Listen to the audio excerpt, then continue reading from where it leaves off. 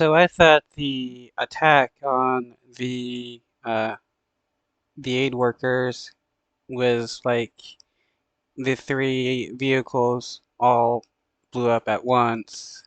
But no, it was one vehicle got attacked, and then the second vehicle got attacked, and then the third vehicle got attacked.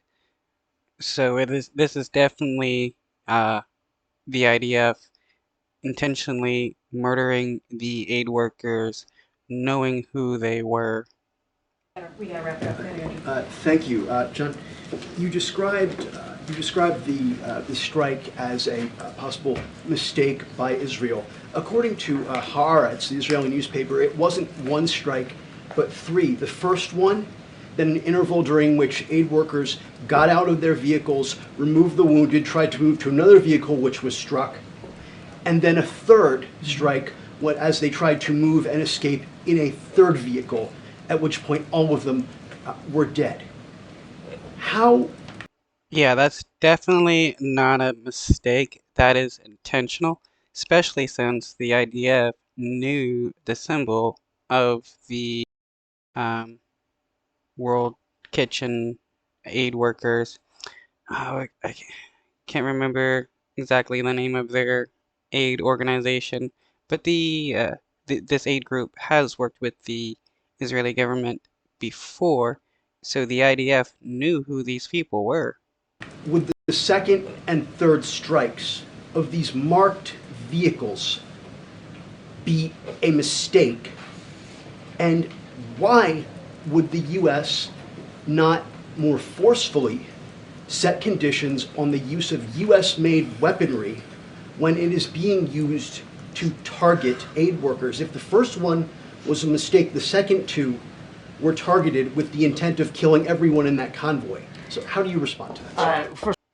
Yeah, I mean, you can possibly say that the first strike was a mistake, but they started bringing out their wounded and trying to leave.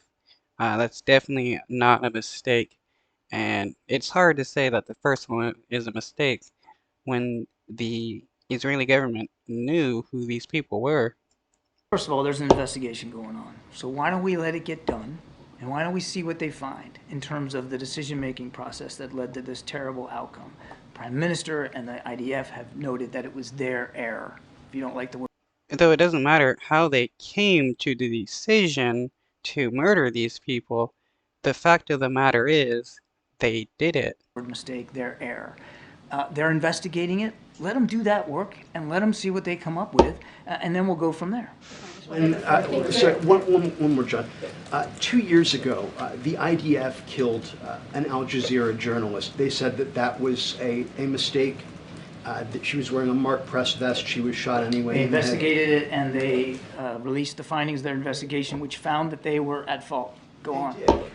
But my Did the Israeli government get punished for intentionally murdering a press member?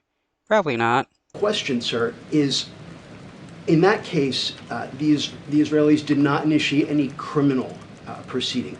In this case, if it's found that the marked convoy was deliberately targeted, if not with the first shot, but the second two shots, would the U.S. support criminal penalties? As I said, we would expect that should there be a need for accountability, that accountability be properly put in place for whoever may be responsible for this. But again, a lot of that's going to.